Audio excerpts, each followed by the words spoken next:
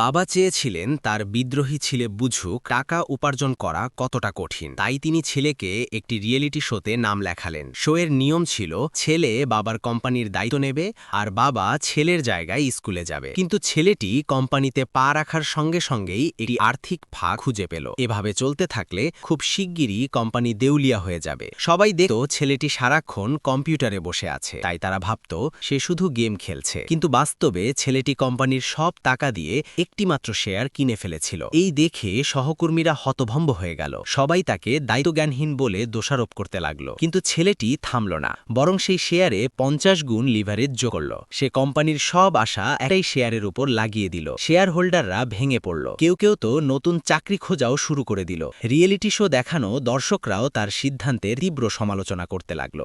ঠিক তখনই হঠাৎ একটি বড় খবর এলো। ছেলেটি যে শেয়ার কিনেছিল সেটির দাম অপ্রত্যাশিতভাবে আকাশ ছোঁয়া হয়ে গেল।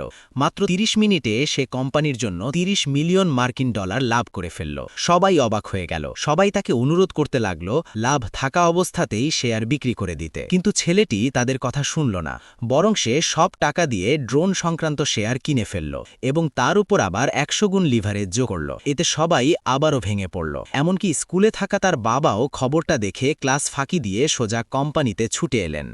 একজন বিশেষজ্ঞ দাবি করল ছেলেটি শুধু ভাগ্যের জোরেই টাকা বানিয়েছে। এটা শুনে ছেলেটি সঙ্গে সঙ্গে তাকে একটি বাজির প্রস্তাব দিল। যদি ছেলেটি হেরে যায় সে তার সব শেয়ার সেই বিশেষজ্ঞকে দিয়ে দেবে, আর যদি সে জিতে যায় তবে বিশেষজ্ঞকে 10 বছর ধরে কোম্পানির টয়লেট পরিষ্কার করতে হবে। বিশেষজ্ঞ আত্মবিশ্বাসের সঙ্গে বাজি মেনে নিল। শুরুতে ছেলেটি যে শেয়ার কিনেছিল তার দাম পড়তেই থাকলো, আর বাজারের অন্য শেয়ারগুলো বাড়তে লাগলো। সবাই ভাবল ছেলেটির হার নিশ্চিত।